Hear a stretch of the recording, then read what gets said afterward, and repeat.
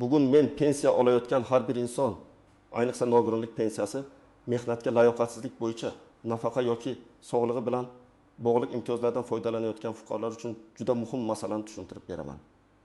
Gap tibbiy komissiyadan qayta o'tish, hujjatlarni tasdiqlash, pensiya yoki nafaqa to'lovlari to'xtab qolmasligi haqida ketmoqda. Bu mavzu bevosita pulingizga, davolanish huquqingizga, imtiyozlaringizga va oilangizning tinchligiga ta'sir qiladi. Men sizga oddiy tilda aytaman. Agar siz yoki yaqinlaringiz pensiya oluvchi bo'lsa, bu ma'lumotni hozirroq bilib qo'yish kerak.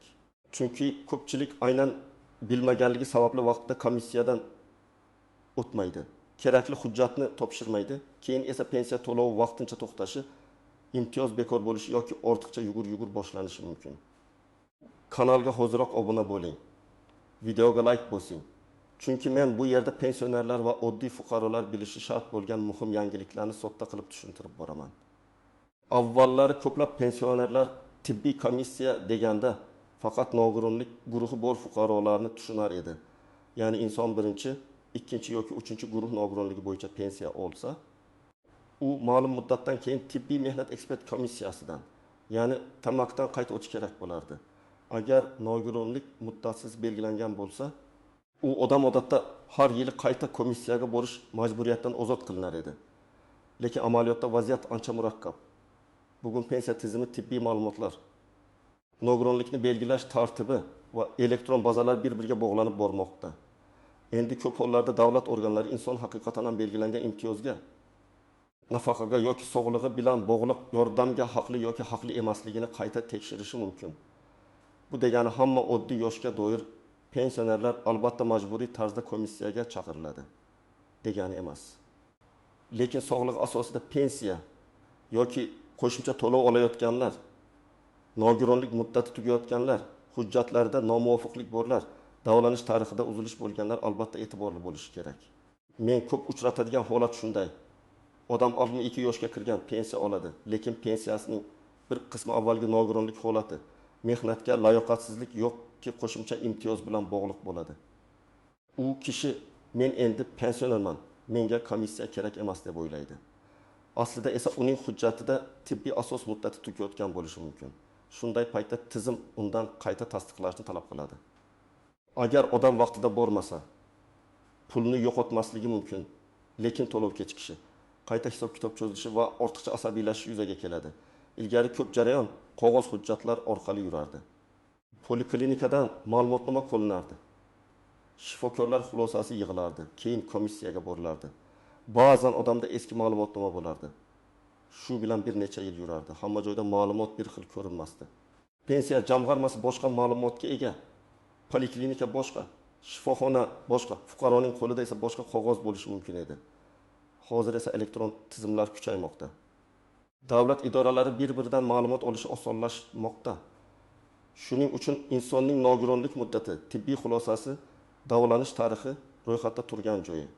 Berilgan imtiyozi va pensiya turi tekshirilganda nomuvofiqlik chiqib qolishi mumkin.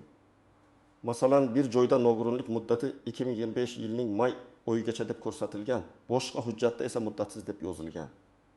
Yoki fuqaro davolanishni davom ettirmagan, shifokor ko'rigiga bormagan, ammo imtiyozli dori yoki qo'shimcha to'lov olib kelayotgan bo'ladi. Ana shunday vaziyatlarda komissiyaga chaqirish ehtimoli oshadi. Bu o'zgarishning maqsadi faqat odamlarni qiynash emas. Davlat nuqtai nazaridan qaralsa, kim haqiqatan yordamga muhtoj, kimga nogironlik guruhi to'g'ri belgilangan, kimning sog'lig'i yaxshilangan yoki yomonlashgan, kimga qo'shimcha reabilitatsiya kerak, shular aniqlanadi. Lekin fuqaro nuqtai nazaridan qaraganda eng katta muammo axborot yetishmasligi. Odamga vaqtida tushuntirilmasa, u pensiyamni olib qo'yishadi deb qo'rqadi. Men shuni aniq aytaman. Komissiya har doim jazolash vositasi emas, u huquqingizni tasdiqlash vositasi ham bo'lishi mumkin. Birinchi navbatda nogironlik pensiyasi olayotganlar e'tiborli bo'lishi kerak. Agar sizga nogironlik guruhi 1 yilga, 2 yilga yoki ma'lum muddatga belgilangan bo'lsa, muddat tugashidan oldin hujjatlaringizni tayyorlashingiz kerak. Masalan, sizga ikkinchi guruh nogironlik 2024 yil 10 dekabrgacha belgilangan bo'lsa, 16 dekabr kuni borib komissiya haqida o'ylash kech bo'lishi mumkin. Men odatda kamida 1,5 yoki 2 oy oldin poliklinikaga murojaat qilishni maslahat beraman. Chunki tahlillar mutaxassislar ko'rigi shifoxona ko'chirmalari va yo'llanma bir kunda tayyor bo'lmaydi. Ikkinchi toifa. Kasalligi og'ir, lekin hujjati to'liq bo'lmagan pensionerlar. Masalan, yurak kasalligi bor, operatsiya bo'lgan, qon bosimi doim yuqori, lekin oxirgi 2 yilda kardiologga muntazam ko'rinmagan. Komissiya bunday odamdan kasallik davom etayotganini nimaga asoslanib bilamiz deb so'rashi mumkin. Odam haqiqatan kasal bo'lishi mumkin, lekin tibbiy hujjatda buning izi bo'lmasa muammo chiqadi. Uchinchi toifa. Pensiyaga chiqqanidan keyin qo'shimcha imtiyoz olayotganlar. Masalan, bepul dori, sanatoriy yo'llanmasi, kommunal to'lovlarda chegirma, protez ortopediya buyumlari yoki parvarish uchun qo'shimcha to'lov. Bunday imtiyozlarning ayrimlari faqat yoshga doir pensiya bilan emas, balki tibbiy xulosa bilan bog'liq bo'ladi. Agar asos bo'lgan tibbiy xulosa muddati tugasa, imtiyoz ham qayta ko'rib chiqilishi mumkin. 4-toifa. Manzili poliklinikasi yoki hujjatlarida o'zgarish bo'lganlar. Masalan, pensioner Toshkent viloyatidan Samarqandga ko'chgan, lekin tibbiy kartasi eski poliklinikada qolgan. Pensiya boshqa joydan olinadi. Davolanish boshqa joyda davom etadi. Bunday vaziyatda hujjatlar bir joyga jamlanmagani sababli komissiya jarayoni cho'ziladi. Shuning uchun ko'chgan bo'lsangiz, avvalo poliklinika ro'yxatini tartibga soling. Endi muhim nuqtani tushuntiraman. Har bir yoshga doir pensioner avtomatik ravishda tibbiy komissiyadan o'tadi deb tushunish noto'g'ri. Oddiy yoshga doir pensiya olayotgan, pensiyasi faqat ish staji va yosh asosida tayinlangan. Sog'lig'i bo'yicha alohida imtiyoz yoki nogironlik guruhi bo'lmagan fuqarolar odatda tibbiy komissiyaga majburiy yuborilmaydi. Agar siz 6 yoki 65 yoshda pensiya olayotgan bo'lsangiz va pensiyangiz sog'liq xulosasiga bog'liq bo'lmasa, faqat hammani chaqirishyapti degan gapga ishonib yugurishingiz shart emas.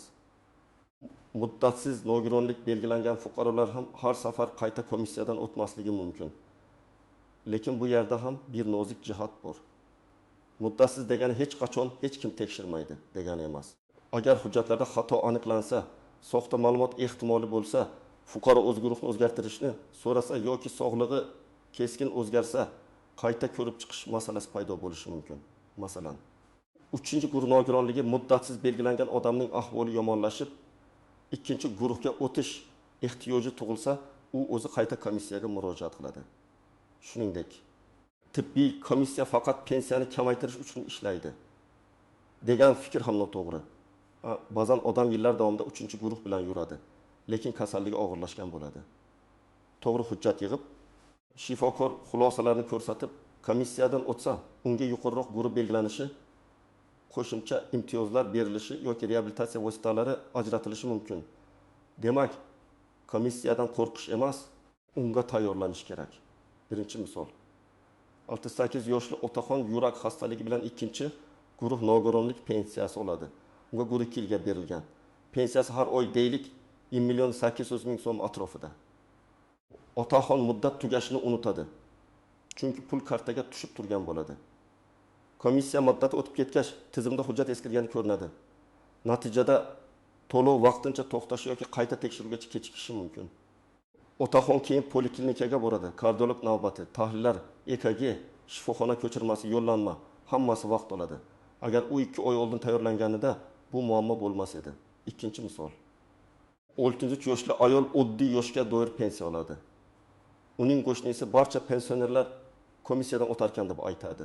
Ayol xavotirlanib poliklinikaga boradi, navbatda turadi. Lekin unga hech qanday majburiy talab yo'qligi ma'lum bo'ladi. Bu holatda asosiy xato mish-mishga ishonish. Agar pensiya sog'liq bilan bog'liq bo'lmasa, rasmiy xabar. Pensiya jamg'armasi yoki poliklinika ma'lumoti asosida ish tutish kerak. 3-misol. 55 yoshli fuqaro insultdan keyin 3-guruh nogironlik olgan. Vaqt o'tib qo'li va oyog'ida harakat cheklovi kuchaygan. O'zi mustaqil yura olmay qolgan. Lekin u komissiyaga borsam, guruhimni olib qo'yishadi deb qo'rqadi. Aslida u nevropatolog ko'rigi MRT yoki shifoxona ko'chirmalari, reabilitatsiya xulosalari bilan murojaat qilsa, guruh qayta ko'rib chiqilishi va unga ko'proq yordam berilishi mumkin. Demak, hujjat kuchli bo'lsa, komissiya inson foydasiga ham ishlaydi. 4-misol. Pensioner ayol qandli diabet bilan ro'yxatda turadi. Imtiyozli dori oladi.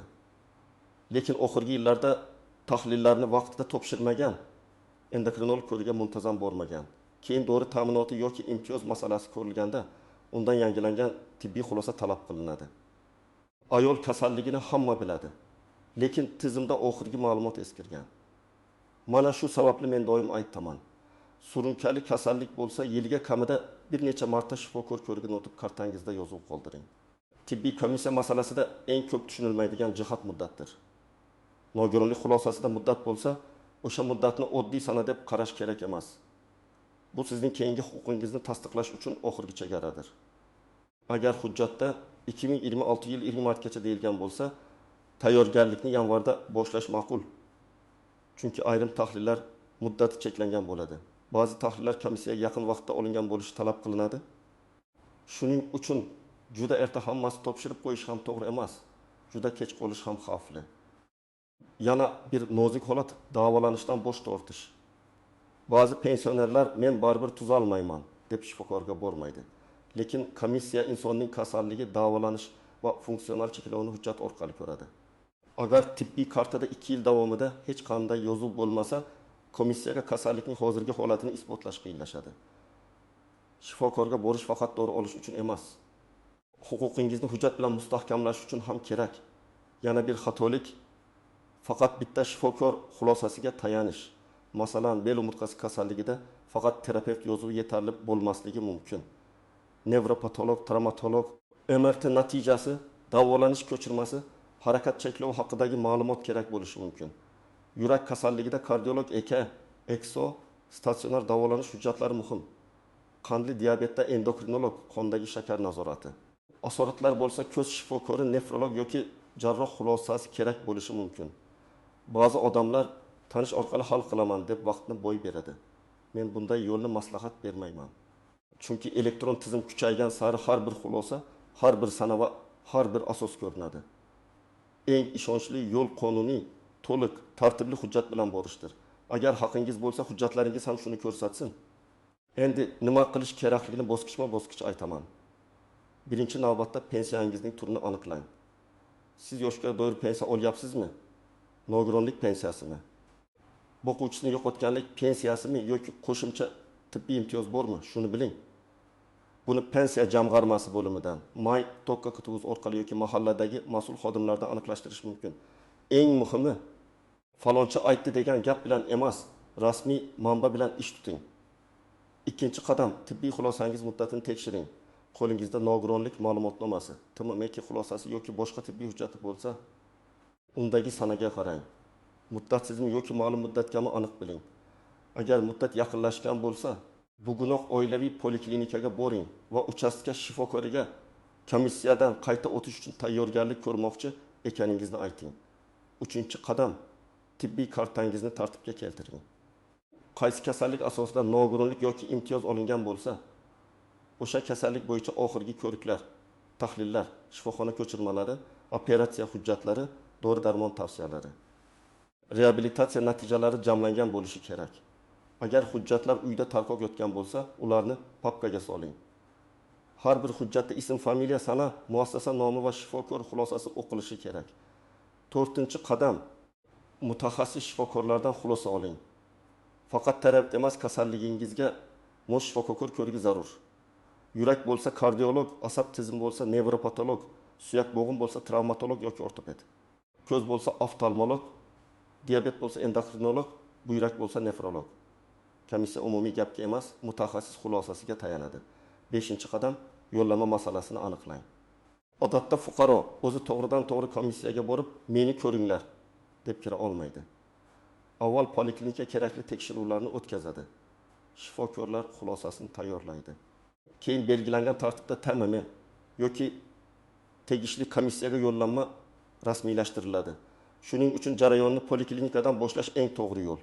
6-qadam, ariza va shaxsiy hujjatlarni tayyorlang. Pasport yoki ID karta, pensiya guvohnomasi yoki pensiya ma'lumotlari, tibbiy hujjatlar, avvalgi komissiya xulosasi, mehnat faoliyati bilan bog'liq zarur ma'lumotlar, agar kerak bo'lsa, kasallik varaqalari va shifoxona ko'chirmalarini tayyor tuting. Agar biror hujjat yetishmasa, uni oldindan so'rab oling. Komissiya kuni hujjat izlab yurish eng katta xatolardan biri. 7-qadam, Komissiya kuni o'zingizni to'g'ri tuting. Men fuqarolarga doim shuni aytaman. Kasalligingizni oshirib ham yubormang, yashirib ham qo'ymang. Qanday yurasiz, nimani bajara olmaysiz? Kunlik hayotda qaysi ishlar qiyin? O'zingiz ovqat qila olasizmi? Kiyina olasizmi?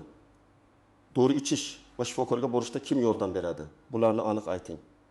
Komissiya faqat tashxisga emas, kasallik hayotingizni qanday cheklayotganiga ham qaraydi. Agar komissiya qaroridan norozi bo'lsangiz, jim ketmang. Avvalo qaror nusxasini yoki xulosani oling. Qaysi asos bilan rad etilgani, qaysi guruh belgilangan yoki nima sababdan o'zgartirilgani yozilgan bo'lishi kerak. Keyin yugurib turuvchi komissiyaga murojaat qilish yoki belgilangan tartibda shikoyat berish mumkin. Shikoyatda hissiyot emas, dalil yoziladi. Masalan, men rozi emasman deyish kamlik qiladi. Menda falon kasallik bor. Falon sonda shifoxonada davolanganman. Falon shifokor xulosasida harakat cheklovi ko'rsatilgan. Shu hujjatlar inobatga olinmagan deb yozish kerak. Shikoyatga barcha tibbiy hujjatlarni ilova qiling. Agar yangi tahlil yoki yangi xulosa bo'lsa, uni ham qo'shing. Ba'zan birinchi komissiyada hujjat yetarli bo'lmagani uchun qaror boshqacha chiqadi. Keyin hujjatlar to'ldirilgach vaziyat o'zgaradi. Shuning uchun asabiylashishdan oldin hujjat tomonini kuchaytirish kerak. Eng katta xavf vaqtni o'tkazib yuborish. Pensiya yoki nafaqa siz uchun har oyda keladigan asosiy daromad bo'lsa, hujjat muddatini nazorat qilish xuddi elektr. Gaz yoki kredit to'lovini nazorat qilgandek muhim. Bir kun kechikish ham ba'zan bir oy kechikishga olib keladi, chunki navbat tekshiruv va rasmiylashtirish vaqt oladi. Ikkinchi xavf noto'g'ri maslahatga ishonish. Qo'shni, qarindosh yoki tanish odam boshqa holatda bo'lishi mumkin. Uning pensiyasi yoshga doir sizniki nogironlik bo'lishi mumkin. Uning guruhi muddatsiz, sizniki muddatli bo'lishi mumkin. Shuning uchun har bir odam o'z hujjati bo'yicha xulosa qilishi kerak. Uchinchi xavf eski hujjatga suyanish. 10 yil oldingi tashxis bugungi holatni to'liq isbotlamasligi mumkin. Komissiya kasallik tarixi bilan birga hozirgi holatni ham ko'radi. Agar bugun ahvolingiz og'ir bo'lsa, bugungi hujjatlar bilan tasdiqlang.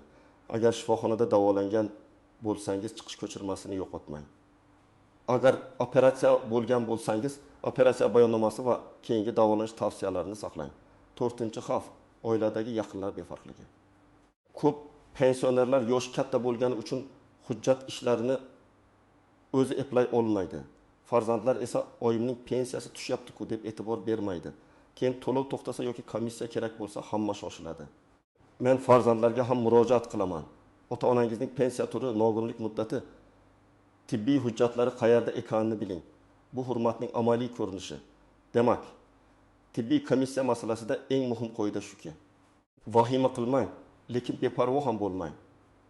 Oddiy yoshga doir pensiya olayotganlarning hammasi majburiy tarzda komissiyaga yugurishi kerak degan gapni tekshirmasdan qabul qilmang. Lekin nogironlik pensiyasi, muddatli tibbiy xulosa sog'liq asosidagi imtiyoz yoki qo'shimcha to'lov bo'lsa, hujjatlaringizni hoziroq tekshiring. Men sizga ekspert sifatida eng to'g'ri yo'lni aytdim. Pensiya turini aniqlang. Tibbiy xulosa muddatini ko'ring. Poliklinikaga boring. Mutaxassis shifokorlardan xulosa oling. Hujjatlarni papkaga jamlang va komissiyaga tayyor holda boring. Shunda pensiya to'lovida uzilish bo'lish ehtimoli kamayadi. Huquqingizni himoya qilish osonlashadi. Ortiqcha asab va vaqt yo'qotmaysiz. Agar siz yoki yaqinlaringiz shunday holatga duch kelgan bo'lsa, izohlarda yozing. Sizdan komissiyadan o'tish talab qilindimi? Qaysi hujjatlarni so'rashdi? Jarayon qancha vaqt oldi? Bu boshqa pensionerlarga ham katta yordam bo'ladi. Videoga like bosing, kanalga obuna bo'ling va bu ma'lumotni ota-onangiz, qarindoshlaringiz va qo'shnilaringizga yuboring. Chunki bugungi mavzu ko'pchilikning pensiyasi va qonuniy huquqlariga bevosita aloqador.